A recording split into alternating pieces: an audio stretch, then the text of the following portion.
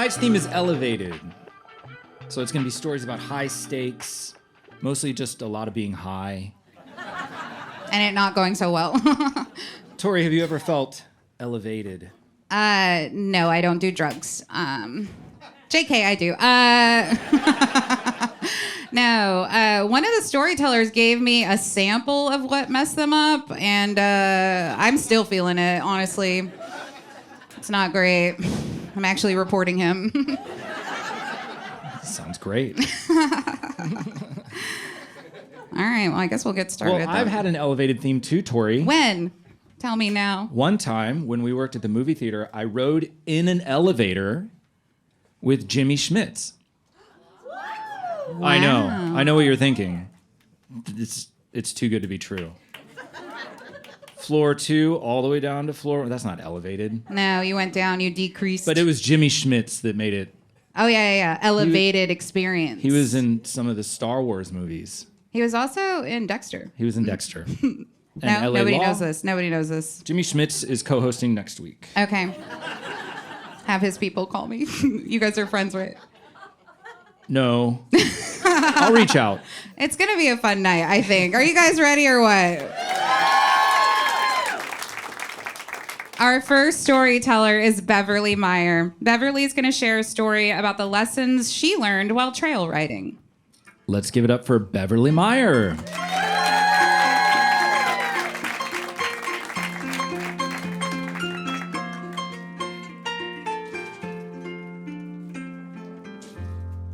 Hey, everybody. Okay, let's see how this goes. Last time I did this, it dropped. Okay, how's that? Yay. Hey, everybody. Thanks for coming out. Well, when I was in my 20s, multiple decades ago, I was in college in North Carolina, and I was a brave young woman, privileged white person at the college as I was, and a lot of confidence. On summer vacation, let's do something brave and outrageous because I can do anything. A lot of 20-year-olds have this problem. And I'd ridden horses all my life, and I loved mountains and forests. And I heard about this trail ride for 4 days in the Canadian Rockies. Wow.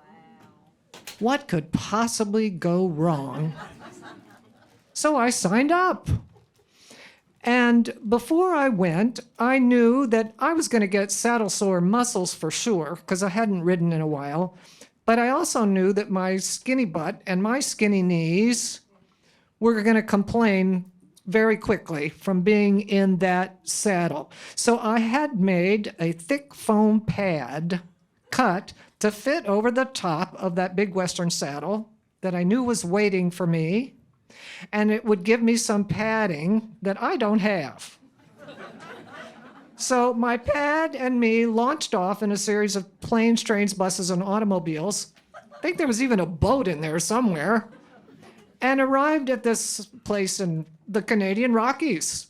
And there were 15 teenage boys from Canada, adult boys, not like little kids, and their chaperone dentist man who must have drawn the short stick because he's supposed to watch out for these 15 boys in the woods.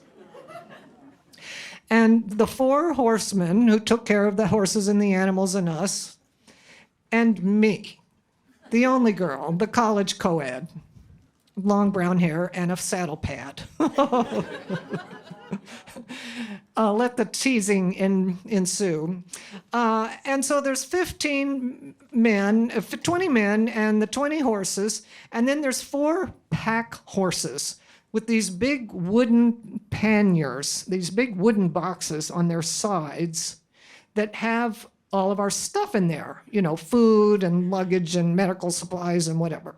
So these 4 big pack horses, and then a string of spare horses back there in case we lose one.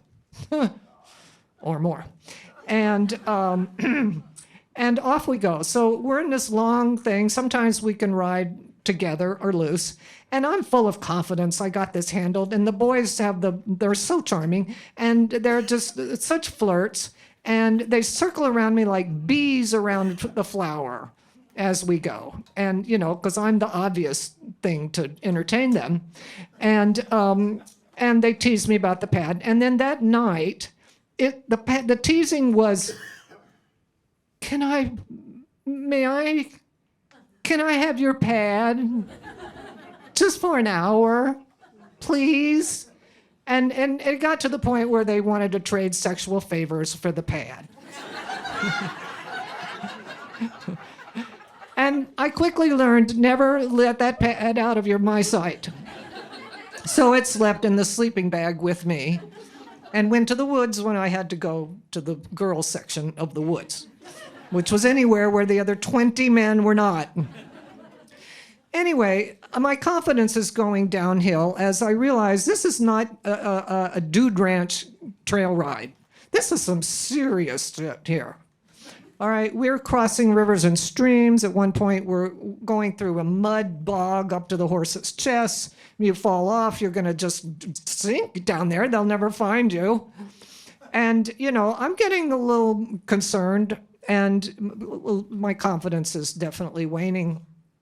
By the third day, and my pants froze to the side of the tent one night, which was really great for my self-esteem, and the boys just loved that. So on the third day, we had to pass through this narrow part of the trail in a mountain pass. It was about 6 feet wide. Well, so it's definitely single file, and there's like it's not a cliff down there, but it's definitely a hill. And then there's the uphill, and I'm on the horse in the middle, and we're all single file, 20 horses, plus the 4 pack horses, plus a string of spares back there. And horses with their pecking order are supposed to be where they're supposed to be. And at one point I hear this huge commotion, and I'm thinking, what the heck is that? And I turn around, and one of the pack horses with this giant pair of wooden panniers on his side has decided he wants in my place in the line. There's definitely not room for 2 of us on this section of trail. And I'm hitting him with my hat and trying to kick him with my boot and like, get out of here, you stupid animal, we're going to die. So clearly somebody was going over the edge, and it wasn't going to be me.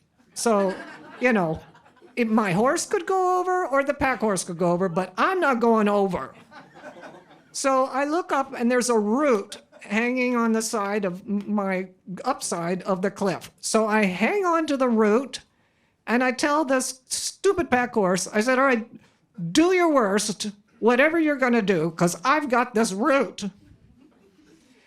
And I turn and look at him, and over the edge he went. Down the hill. If he'd had fingernails, it'd have been like,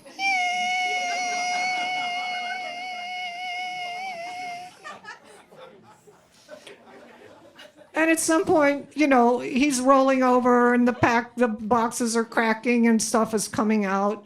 And, he turned out okay. He didn't die. I'm sure he had sore ribs. But the men went back later and got him and our stuff, and, it all worked out. And I eventually let go of the root. But at this point, my confidence was shattered. I had a panic attack. And, there's no cheering up that the boys could do at this point. I'm just a mess. And it's like, well, okay, I haven't died. But so I learned 2 things from this trip. Number 1, never leave my house. Well, no.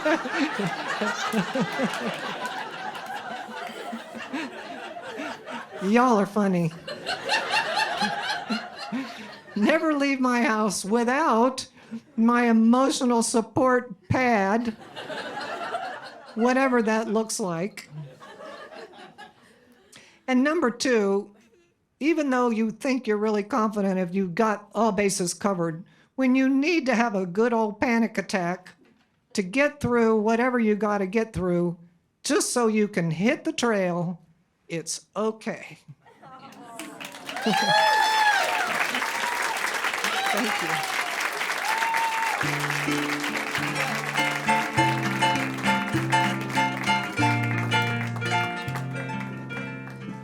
Sexual favors for a pad. Dude. That's, Has that ever worked for a guy? I don't know. I think the matriarchy's winning. Like, hey, like, has a guy ever been able to, like, offer sexual favors and actually get something in return? I was like, tell me more. It's like you need to put some more in there. Yeah. That was great. Give it up for Beverly. That was wonderful. I was dying. Like, when she told me the horse went over, I was like, wait, did it live?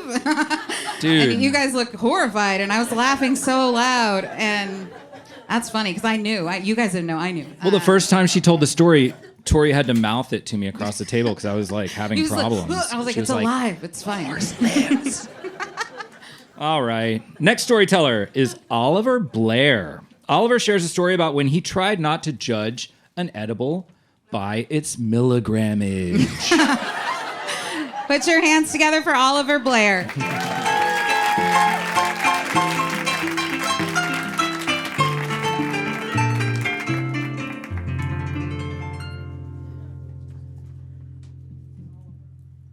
I've been high many times in my life. Many times. I've smoked weed, eaten many edibles in different parts of the world. Most recently, I was actually in Thailand when I actually got very high. But I can never in a million years ever believe that the craziest high I ever would have would be here in San Antonio, Texas. Now, my best friend Drew told me about this shop that sold legal weed products. Intrigued me, so one day we ended up going, and I picked out something. I ended up buying a product called Cluster Fucks. I paid $40 for it, and I didn't take it that day, so I waited a few days. After a long, boring day of jury duty, I decided, after getting home around 5 p.m., I said, I'm gonna get fucked up tonight. So I run and I open up the bag of Cluster Fucks. I take one out. I first look at it. It's like a piece of gum that has like some colorful dots on it. And so I chewed it, and it has like a fruity flavor to it. And I swallowed it, and I laid down and relaxed for about 30 minutes or so.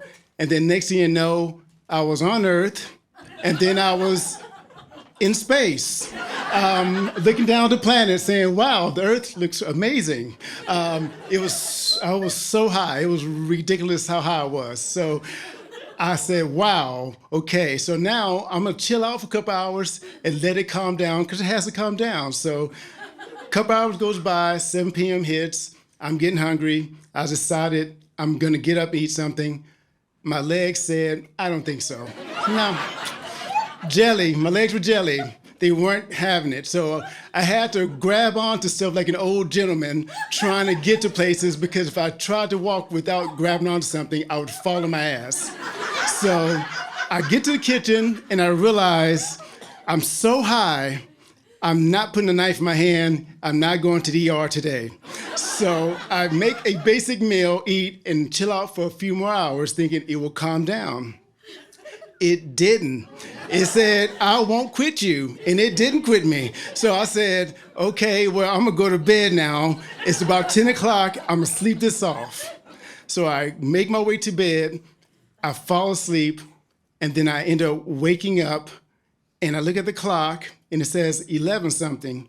And immediately I think, I screwed up. It's 11 a.m. I've overslept. I can't believe I slept 12 plus hours. This is ridiculous. I'm freaking out because I was trying to go to work. But I wanted to get over the high to get to work because I had no more vacation time. And if I called in, I didn't get paid. I'm like, I'm going to work, I'm getting paid. So I look at the clock thinking it's 11 a.m. So I get out of the bed, legs still won't work. So I'm still walking like an old person to my blackout curtain covered window. I look out and it's dark out. And I'm like, thank you. It's not 11 a.m., it's 11 p.m. I'm tripping. I get back in bed, go back to sleep. I wake up again. I look at the clock. It's 12 something. I've really messed up. I know I slept to 12 p.m. There's no way it's 12 a.m. It's 12 p.m. I'm screwed up so badly. I'm 4 hours late at least. I'm screwed. So I'm sitting there freaking out. I walk as best I can to my front door, and I open the door and I look out and it's dark out and I'm like, thank you. I'm so happy. I'm still tripping. I need to go to sleep. I need to relax, go to bed, and then wake up. My alarm goes off at 5 a.m. So I try to go back to sleep, and my body says, no, not today. No, I'm not going back. No more sleep for you. So I eventually give up and open my eyes, and I see something I thought I would never, ever see in my life. I see about a foot or so from my face, a 2-inch tall, animated Eric Cartman staring at me. Now, he's looking at me and I'm looking at him, and then eventually he starts talking to me and he says, whatever, I do what I want, whatever. And he's doing the screw you guys, I'm going home dance while he's saying that over and over and over again to me. So I went from freaked out to laughing my ass off. So after that, I calmed down, I relaxed a lot, and I actually fell asleep. So I ended up waking up at 5 a.m. when my alarm went off, and all I could think was, can I walk? Because my legs were not operating well the night before. So I got up and I could walk, and I said, I'm good. So I did my normal routine, and I walk out to my car, and I love my car to death. I love my car. I call it Black Beauty. It's a white Hyundai Sonata. But the crazy part about my car is, if you look at my car incorrectly, it turns black. And then you can only see it as a black car from that day forward. It's crazy. So I get in my car, and I'm driving down 410, and I'm about to pass the San Pedro exit. So I pass it, and then I close my eyes for a split second, and then I went back in time. Because next thing I know, I'm before the exit, the San Pedro exit, and I'm about to pass it for the second time. I'm like, uh-oh, what's going on here? I'm freaking out a bit. I need to concentrate on driving because I need to get to work. So I'm driving, I go further up the road, and I see another area I normally pass. I pass it, and it's like a blink, and I'm back to before I passed it, and I'm passing it a second time, so I'm going back and forth in time. It's crazy. So I eventually get to work. I get in the parking lot. I park my car, and I'm shocked that I made it okay. And then I get out of the car, and I walk around and check out my baby to make sure she's good. She was still looking as sexy as ever. And I start walking into my job and to his front door, and as I'm walking, I'm thinking, am I so high that people will notice? Because they notice I am so screwed. And, I have haters at work, too. They will get me, I'm telling you. So I'm thinking, now this is going to happen. But I get to work inside the building. Nobody notices anything. And I'm sitting there and do my normal work day. Everything's great. Everything's fine. And so I end up clocking out of work. And as I'm walking back to my car, I'm thinking the whole time, that little clusterfuck, that one thing kept me high a whole 24 hours. I couldn't believe it. That was the craziest, yet the most interesting 24-hour period I've ever had in my life. And I can tell you this for a fact, I am definitely gonna take that shit again and get fucked up.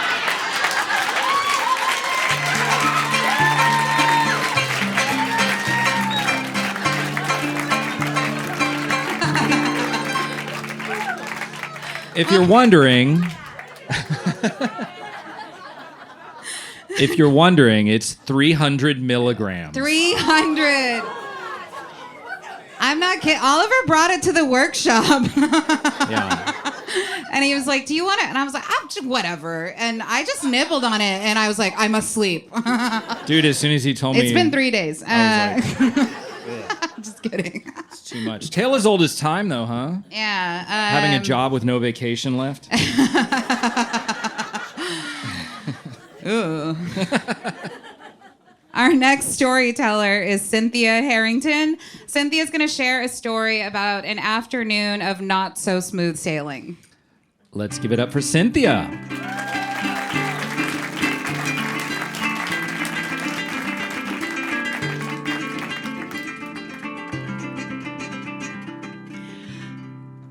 My home is San Antonio, but much of my life I've lived near water. So in Chicago, that was Lake Michigan. Lake Michigan is one of the Great Lakes. It's more like a sea. And Lake Michigan can be blue and docile, or it can be fierce and unpredictable and dangerous. So one of the blue docile days, I take my friends Kathy and Claire out sailing. The harbor where we have our boats is right off Michigan Avenue and the skyscrapers, and it's cozy. It's formed by the shore and then a long breakwater that is concrete blocks on the other side. This harbor is different in the winter than in the summer. In the winter, it is one solid piece of glass, a hard surface. In the spring, when the ice melts, the city brings out and anchors mooring cans, which is what the boats will come on and moor on the summer. And mooring cans are like round, flattened balloons that float on the top of the water. So before the boats come, it's like a huge tic-tac-toe game. 20 rows down and then room for 10 boats in each row. So Kathy and Claire are novices, but they help me get the dinghy, and we row out to our boat. We race our boats, but I also help with lessons. And learning to sail is like learning to dance with the wind. Our boats have no motors. It's a wooden shell. It's a tiller, a long wooden handle that handles a rudder that goes into the water, which turns, and 2 pieces of canvas. That's it. You're probably figuring out sailing back up and hitting this can is no small feat. So we rig the boat, round the breakwater, and it is a beautiful day. The sky and the water are the same color. This is a well-deserved respite for all of us. We kick back, talk, drink, enjoy the sun. But I'm keeping my eye on the northern horizon. Across the far north end of the lake is a wall of angry gray clouds. It's not part of our world. They're moving straight east. Still, I turn us around and head us back to shore. As we head to shore, the waves grow gray. We're now slapping against the waves. We have time, but we have no time to waste. We round the harbor. Claire lies on the front of the bow. She reaches over, she grabs the can. We get the mooring line on. We're safe, we're secure. But the wind at this point is fighting everything that we do, taking down the sails, restashing the boat. We load our cooler in the dinghy, and suddenly there's a bump against our boat. We look into the eyes of a very young skipper and total fear in one of our other club boats. After she hits us, she pinballs down the row, hitting boats on both sides. They head up toward their can. Her very young first mate is lying on the bow on the front. They're going way too fast. She leans over, she grabs the marker. She's almost pulled off into the roiling water. She lets go just in time and flattens herself in fear on the front. They continue pinballing off toward the shore. I tell my friends, my big sister energy kicks in. I tell my friends, if she hits us again, I'll have to jump on the boat and help them. We continue loading everything in the dinghy. We're about to take off, and bump, there she is. So I jump on into her bow and slide into the cockpit. I take over the tiller. We go down a row of boats, all rocking violently. Rain dots my glasses. I yell, "Are you okay?" She nods yes. So I inspect the boat. Mainsail looks fine. Jib, little sail in the front, it's not strung correctly. With the lines at the knots at the end, we will never be able to release them in the storm. So I sail us back around the breakwater out into the open water where we can untie and retie the ropes. We head back in. The storm is full on now. Every raindrop is a bucket full. Her friend is cowering with her head on her knees underneath the bow. We round the corner. We've got a clear channel to our between the boats and the breakwater to our mooring can. My first mate is now operating quite successfully on the front of the boat. We head down the channel. We will make it. Suddenly, the tiller goes loose in my hand. We've lost the wind. The wind has shifted. And without that, we're literally dead in the water. We're drifting toward the breakwater. Those hungry concrete teeth are just looking to chomp on our wooden boat. My mind races for a solution. We're going slowly enough, we'll be able to jump off onto the concrete, but the wind that this storm has yet to force on us will slam that boat over and over into the concrete until it's done. So the only thing to do is throw the tiller. For some miracle, the rudder below catches and it swings the boat completely around. The sails catch wind and we take off down the row. We're heading straight toward the can now, straight into the wind. So we slow enough. The first mate grabs the marker, fastens the mooring can. We've made it. The storm now is lessening. The sun is starting to come out. I signal for my friends to come pick me up in the dinghy. I'm still feeling the lift of that tiller in my hand when the sails caught. I reached beyond at this time, and I got lucky. But I wonder if I'm asked to do this again, if my luck will be there or if it will have run out.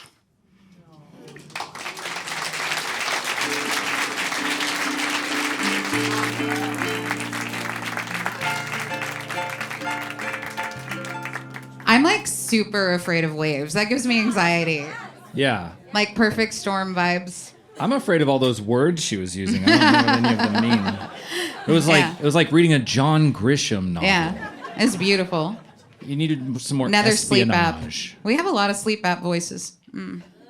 Learn to dance with the wind, by the way, is something I tell my wife when I fart at dinner. What a treasure you are. Yeah, she's happily married? Happily married, yeah. She's over here. Yeah. She ensured that you wore proper shoes tonight. Our next storyteller is Evan Tweedy. Evan shares a story about the first time he got high that left him with a bit of a feeling of being trapped. Wow. Yeah. Give it up for Evan Tweedy.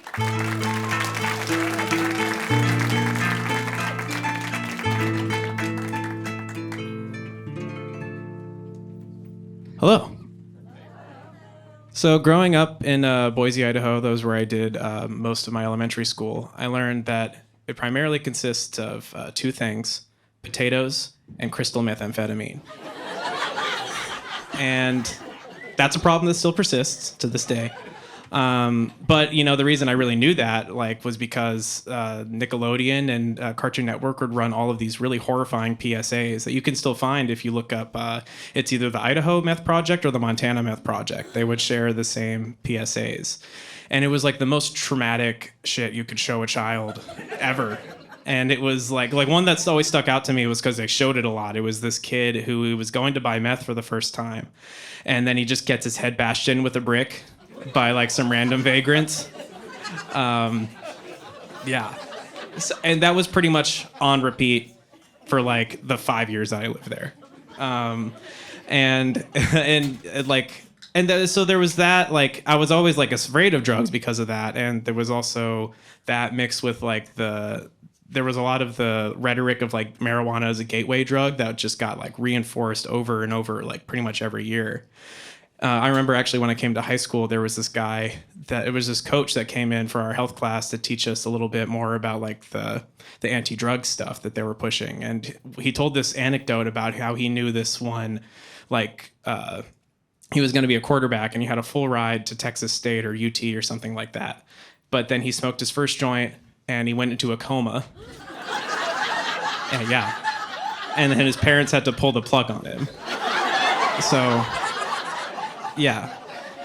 So, I mean, I knew he was like totally full of it then, but like it was still like obviously for a ninth grader still kind of frightening, you know, just like, but like, you know, so eventually I did get over that though, because like by the time I was 19, my parents had pretty much told me that they don't really care if I'm making my own choices and I know what I'm doing, then they don't really mind. So that was really the biggest fear. So once I got over that, I kind of, you know, my friends had started smoking, so I wanted to join the party. So they all wanted to go to the beach for spring break. So we all went to the beach. We had the 2 cars and we had like 3 tents. And there was like the one big tent and like a 2-person tent and then the 1-person tent.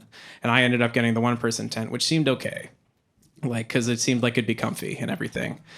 But I didn't realize that I was really claustrophobic. But we'll get to that later. But so. Yeah, like everything was going well. Like we were just hanging out on the beach for most of the day. And then once it came around to nighttime, we all got into the big tent. There was like maybe 6 or 7 of us all huddled in a circle. And we were passing around some Fireball, some whiskey, just taking like that just out of the bottle. And then someone loaded up the little pipe and with their little baggie of weed. And they started passing it around. And by the time it got to me, it was like pretty much already ash, but I didn't really know how any of it. No one really explained it to me except for like how to actually take the hit. So once I did what they showed me to do, I just sucked in like super hard and pretty much just sucked in like the whole bowl of lit ash. And that was when I learned the term Scooby Snacks, which is what that's called, because my friend, when it happened, she just yelled Scooby Snacks. But yeah, that was, you know, it wasn't like super unpleasant. It was just kind of weird. But yeah, but then like, you know, I was feeling good for a while. Like, you know, I was definitely, I knew what being drunk felt like, so that wasn't like uncommon. But it was, it did start feeling like kind of strange because I definitely felt that I was like crossfaded, like, which is when you're like drunk and high at the same time. So like, I definitely felt like a bit of the heart racing and I was like kind of disoriented. I remember like I was like kind of tripping over myself. I didn't like fully stumble, but I was kind of getting there. But we were still having a good time. We were just like, I think a couple of my friends went to go skinny dip out in the water. And then a couple of us just stayed back and played some music. Like my friend brought her guitar and we started playing the Front Bottoms and like Johnny Hobo and the Freight Train and some other like folk punk stuff. And that was really fun, and we were having a pretty good time. But then I started getting tired before everybody else. And I always feel bad about like ditching people like in the middle of a party or something like that. But I just knew I had to go to sleep because I think like all of the weed in my stomach was starting to finally hit me. And so that was making me like way more tired than I was probably supposed to be. And so I crawl into the 1-person tent. And like I managed to fall asleep. Like it was pretty comfortable at first, but then I woke up at like 2 a.m. and I was just like almost having a panic attack. Like firstly, I was sleeping on my arm, so my arm was numb, just completely. And I was also like I could feel my heart racing, and like I was super sweaty, and my heart was just like totally pounding. It felt like I was like totally into like different reality or something like that. And especially because it felt like one thing that I could hear was it felt like there were people marching all around the tent. So that just made me think I was getting like in a body bag being pulled away in a war or something like that. Or I was like in an alien bag, like alien sack being birthed or something, you know? So that was like I just couldn't get those. I was just ruminating on those sorts of thoughts over and over and over again. And like I was trying to unzip the zipper with my numb arm because it just didn't occur to me to use the normal one. But once I think it might have been in a weird position too. But once I was able to kind of like maneuver myself, I unzipped the tent and I just like tried to lay it out. Like I kind of just collapsed the tent entirely and just laid on top of it, just on the beach.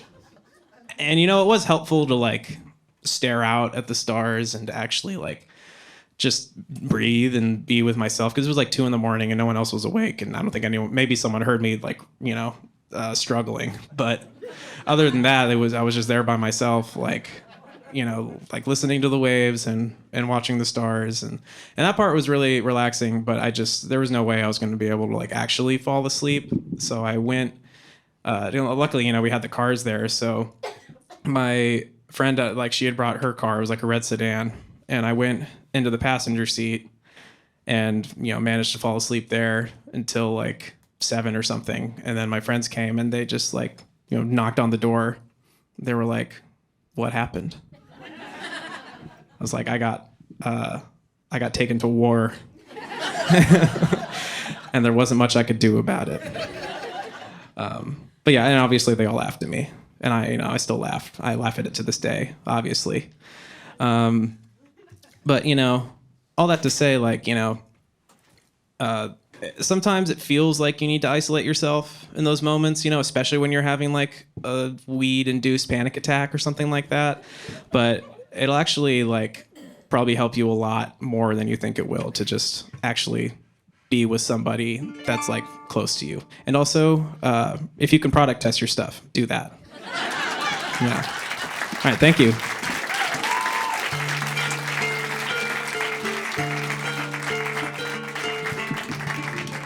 Do you know what the most relatable part of that story is? No. Well, I'll tell you. Doesn't everybody have those skinny dip friends? That's the most relatable. Okay. The friends who are good looking and have nice bodies and they're like, "Hey, let's get naked and get in the water." And you're like, I don't have those friends. "Oh." That's like a white thing. I'm brown. Guilty. We're gonna get right into it. You ready? I'm ready. Okay, don't yell at me. Jesus. Sorry.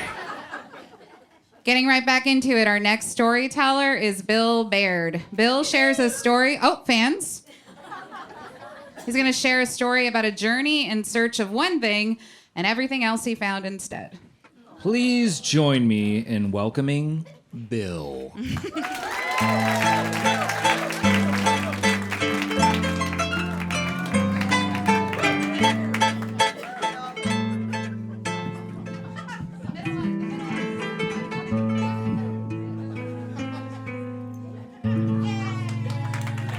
Yay. Okay, 10 years ago, I was hired to be a sound man for a film to be shot in India. And when I got hired, I completely unloaded on the director because I was kind of obsessed with Hindustani classical music, the music of North India, which is characterized by a drone, not like the thing up in the sky, but an unchanging element underneath the music, which actually encapsulates their entire belief system, namely that above all the changes happening in our physical world, there's an unchanging element. You could call it God, Brahman, or whatever. And when the director heard my impassioned speech, he said, "Let's make the movie about you." And I said, "Well, I'm not an actor, but fuck it." So the movie was called The Origin of Sound, and it was the search for the Nada Brahma, the unstruck sound, the sound inside of your mind. And the film was going to be me, just journeying through India and becoming enlightened along the way. Now, as somebody who hates cliches, I realized I'd stepped into one of the whoppers. Baby boomer fantasy of the white guy going to India in flowing robes, smoking spliffs and, in the breeze and, on his gentle road to enlightenment. What I actually found was the polar opposite at every step of the way, a series of mishaps, miscommunications, and missed opportunities. But therein lies the lesson. I started in Varanasi. It's one of the oldest cities in the world where people bathe in the Ganges River. It's one of the holiest of activities below the Ghats where they do public cremations. I got in the river and got a lot of weird looks because I was wearing my old Navy boxers and I got laughed at, and I got in the river and I felt nothing. Then I went to a sitar school, literally got laughed out of the sitar school.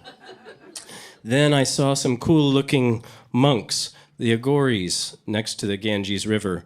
They were smoking some pot, so I said, "Hey, I'll join in." But then I found out that these guys like to have sex with dead bodies. So I said, no, let's not do that. So moving on. I went to Rishikesh, home of the Beatles. I first went to a place that actually turned out to be a cult. And what was the dead giveaway? A guy giving a speech in front of a giant, portrait of himself. And the place was filled with not a single Indian. It was all like yoga instructors from Brazil. So that didn't happen. Then I went to the Beatles ashram. I'm a huge Beatles fan, and this place is this mythical place for me. And it seemed promising because the front gate man had an eye patch in one leg. But I went inside and it was falling apart, and again, I felt nothing. So, moving on, I went to Dharamsala, home of the Dalai Lama's government in exile, but he wasn't home. Moving on, I went to Uttarkashi. I'd heard rumors of an enlightened man living close to the source of the holy Ganges River. We finally arrived via a very dangerous bus ride through the Himalayas, and we got there and he had gone shopping and he wasn't there. But there was a man who had been worshiping next to the Ganges for quite a long time. I didn't ask how long, but and he worshipped Sylvester Stallone as the incarnation of Hanuman, the monkey god. Except he pronounced it Sylvester Stylin. So that didn't work out. So we kept moving, and mind you, this is all being filmed, okay? So we got to Ajmer, the home of the largest mosque in India. And we went to their ceremony, and it was beautiful. And but I felt nothing, and it was a little awkward. I was forced to buy some elaborate flower arrangement for the holy guy. And then after getting ushered out, after buying the flower arrangement, right outside of the mosque, I saw a man flipping a hamburger while taking a shit into a public water fountain. And I was kind of in shock. And then the film crew said, hey, why don't we go to this place to eat? So we actually went in that restaurant, and literally 2 minutes after eating, we were out on the street, and I shat my pants. And I was wearing all white. I don't think it showed through necessarily, but I was being filmed, okay? And I had to walk 3 miles back to where I was staying. So that didn't exactly work out.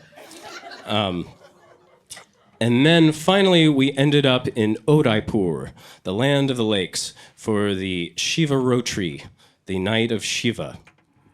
And it's this elaborate procession where people make a pilgrimage up to the top of a mountain to see some holy shrine that's going to illuminate your entire life and all this stuff. So the prince found out that we were a film crew, we were showing up, and he got us a motorcycle thing. So it was beautiful. We were going through the mountains past, there are literally millions of people going up this mountain to see this Shiva statue. And it was quite bizarre because you have to drink hashish yogurt in order to fully experience the ritual. So I stood in this tent, and all these guys are staring at me, 100 guys, while over a cheesecloth they're squeezing this green powder with yogurt. It's called bang lassi, and out comes this green stuff, and they hand it to me, and they're like, "Okay, son, here we go." And so I was ushered up to the top, past what looked like cattle being sent to slaughter, and pushed. And it was insane.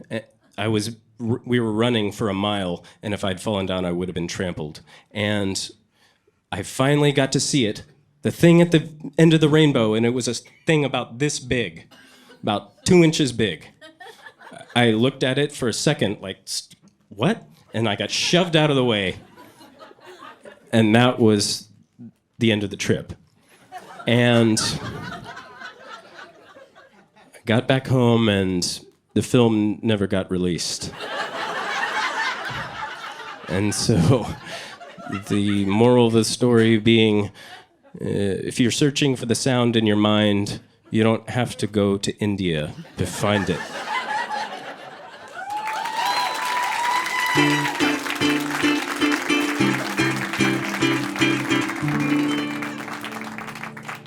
Different yo play.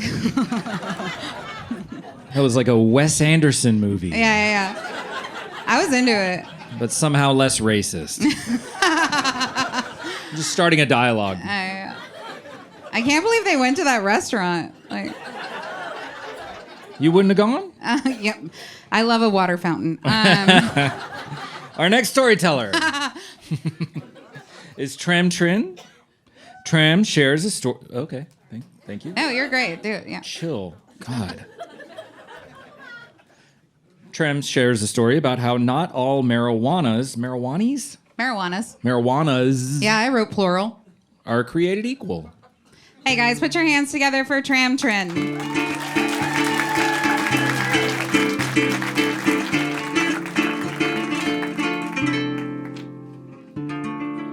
You almost got my name right. All right, guys. I'm going to take us all the way back to 2018. Yeah. Pre-pandemic. I was a young 26-year-old. I know, I'm glowing. And my youngest sister was turning 18. It was her birthday, and she wanted to go to Disneyland. And I said, cool. Our other two sisters live in California. We'll do a whole girls' trip. But also, we haven't seen Dad since the divorce. It's been 10 years. Do you want to have dinner with him? And then we'll go to Disneyland in the morning, so we'll be sad and then happy. And she's like, yeah, let's do that. So we fly over to California, and we end up at my older sister's house. And I walked in. I was like, dude, I got a rowdy migraine. Do you have? And she's like, I got you. Ibuprofen. No, I'm not 80. I want weed. We're in California. I don't want prescription drugs. I want cannabis. So she hands me the pot, and I'm like, do you have a pipe? And she's like, no. And I was like, all right. Do you have a pot? You have water? Yes. Water. Plastic, preferably 2-gallon milk carton. You guys get where I'm going with this? Aluminum foil and a lighter. We are going to assemble a gravity bong. All right, so this is how it works, yeah? Okay, so get the pot, fill it halfway with water because you don't want it to overflow. Now you take the gallon of milk or whatever you have, cut it in half, and then from there, the top where the cap is, you want to put the aluminum foil, create a tiny little bowl, poke some holes, put the weed in there, and then slowly lower it into your pot of water. And then you light it, and as you lift, you see this beautiful, milky smoke come up, take the aluminum foil bowl off, and then you inhale and cough. Yes, because your lungs are not made for that amount of smoke. And so I'm coughing, I'm dying, they're laughing because they're terrible people. So I'm coughing, and I'm like, please don't poop yourself. Don't control yourself. And I'm like, coughing. And then I pee my pants. And I'm like, guys, I peed my pants. They're like, ha, because they're terrible people. And I'm like, oh my God, I'm so hungry. And then my older sister's like, oh my God, we're going to be late to dinner. We got to go. And I was like, but okay, let's go. So we get in the car, and we're driving. We get to this Asian restaurant. And I haven't seen my dad in 10 years. And he looks exactly the same. Yes, because we're Asian, we don't age. And he's there, right? My stepmom's there. She's my sister's age. Not the younger one. That would be weird. The older one. And, I haven't seen him, right? So I kind of like go in for this hug, but we're Asian, so we don't know how to love each other. So it's like this light pat, and it's just like this weird circle huddle thing. And I was like, I don't like this. Let's go inside. So we all go inside. And we're sitting there, and I'm like, all right, I'm still really hungry. And my dad's like, all right, I got this, family style. Everybody gets the same thing. I was like, perfect. And my sister's like, hey, I've been here. The food is really spicy. We need to tone it down. 5 stars to 3. My dad's like, wait, no wusses. It's fine. I order the food, and then we are sitting in silence. And I'm like, this is my moment to shine. I'm going to make conversation. How's it going, Dad? Fine. All right. Well, how's work? Fine. Are you hungry? That's all he gave me, right? And I was like, all right. And my older sister goes to the bathroom because she has TB, tiny bladder. And we're eating, thankfully, silently, watching everyone else have fun.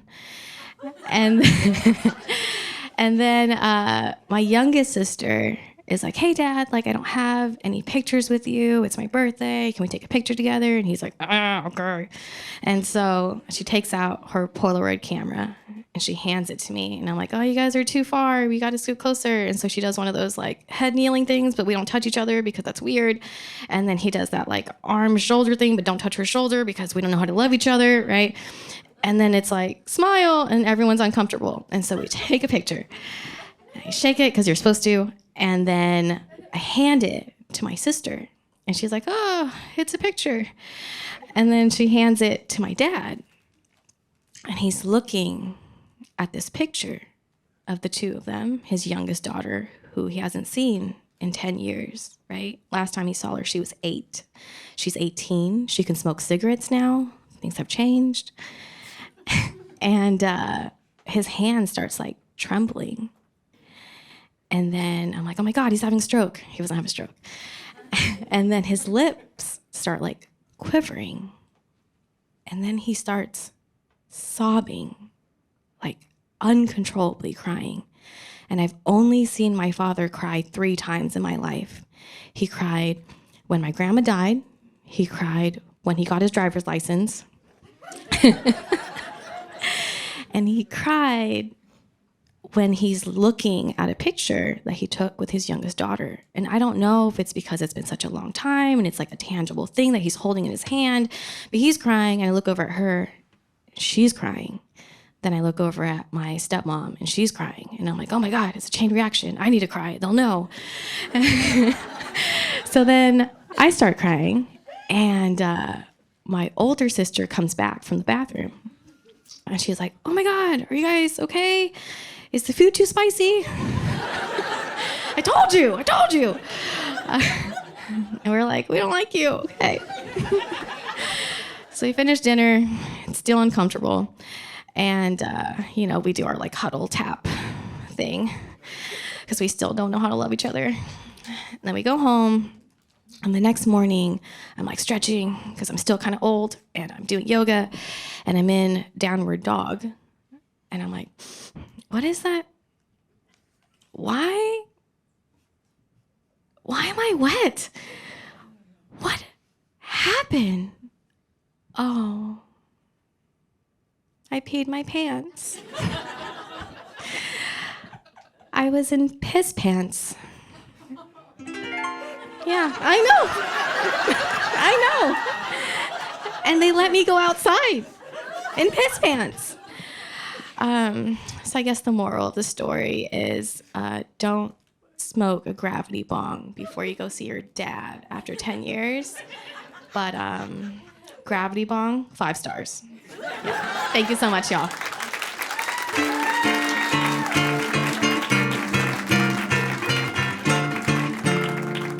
Not the piss pants. Not again.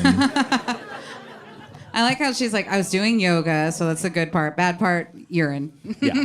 Just pee everywhere. I'm sorry for mispronouncing your name. You did. Shut up. You guys are. It's just that I'm white. So. You're what? I just leave. Sorry.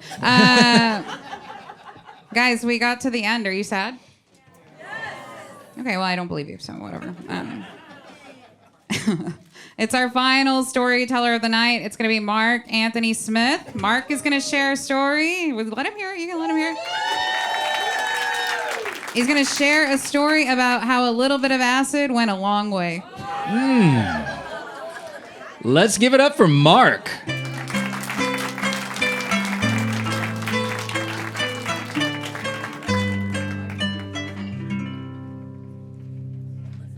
So I'm 41 years old, okay?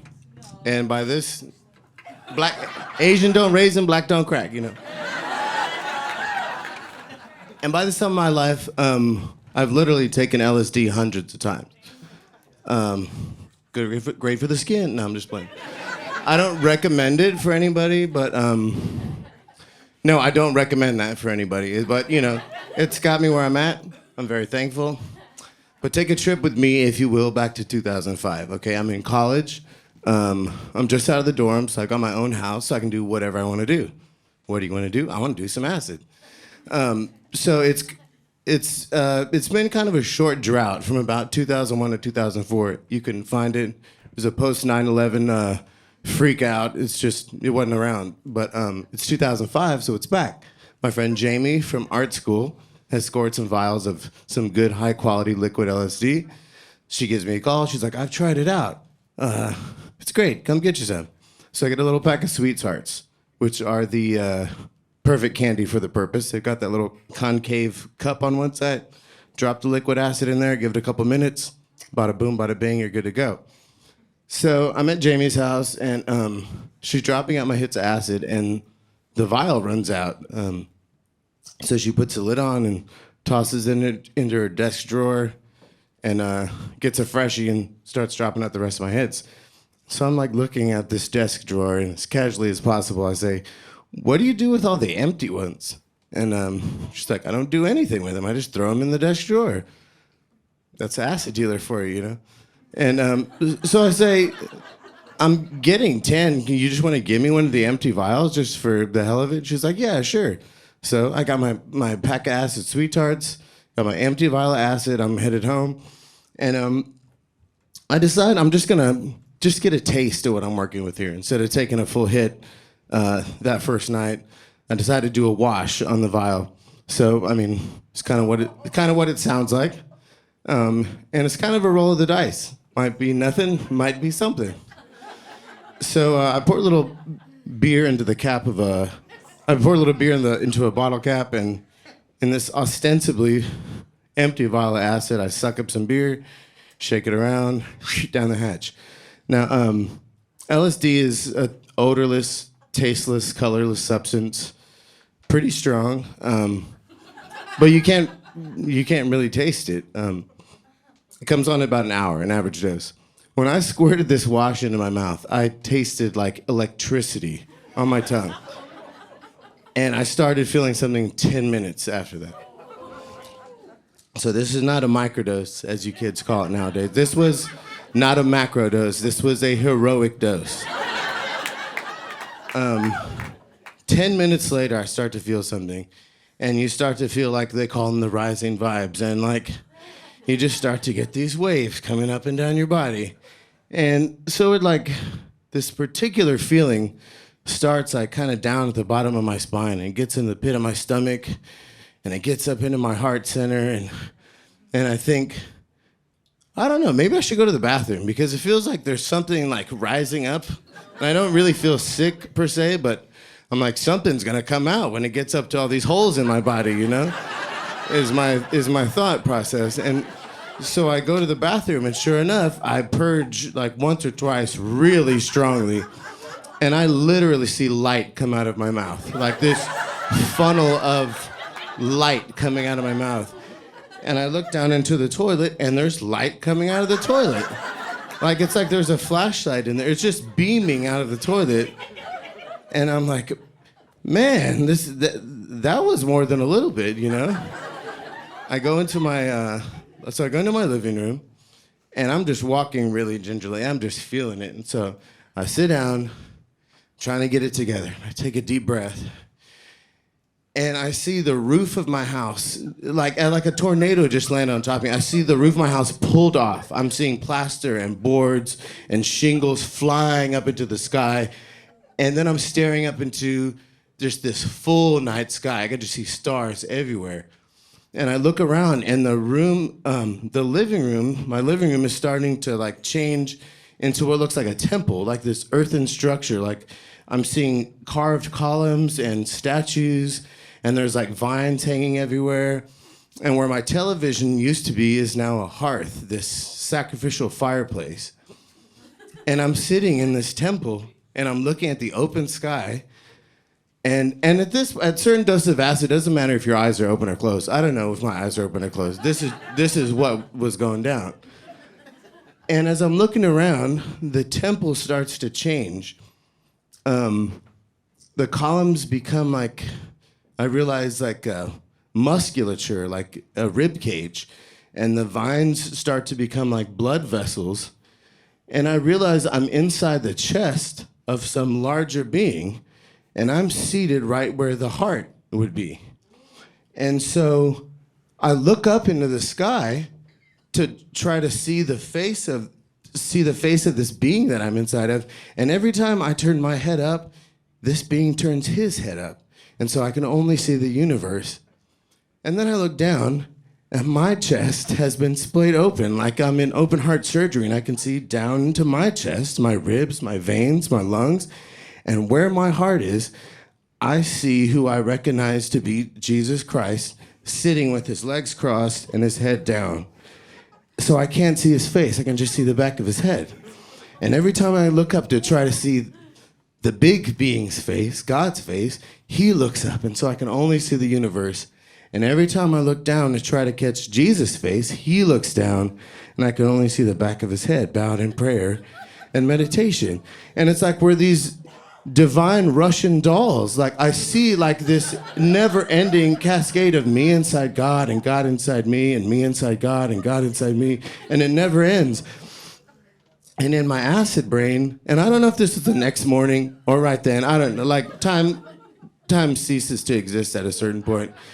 But I'm thinking about the experience, and I realize I'm in my living room, and like the universe is a living room. I mean, this is acid brain. This is how you think on acid. I'm in my living room. Everywhere is a living room. And then this phrase like comes in my head like, well, you know, home is where the heart is. And I was like, God is where my heart is. And it was so elaborate, but so simple. It was like, yeah, God is inside you, and you're inside God. And that's where you feel at home, and that's where God feels at home. And that's where you feel at home, and that's where God's at home. And, yeah, that's the time I saw God on LSD.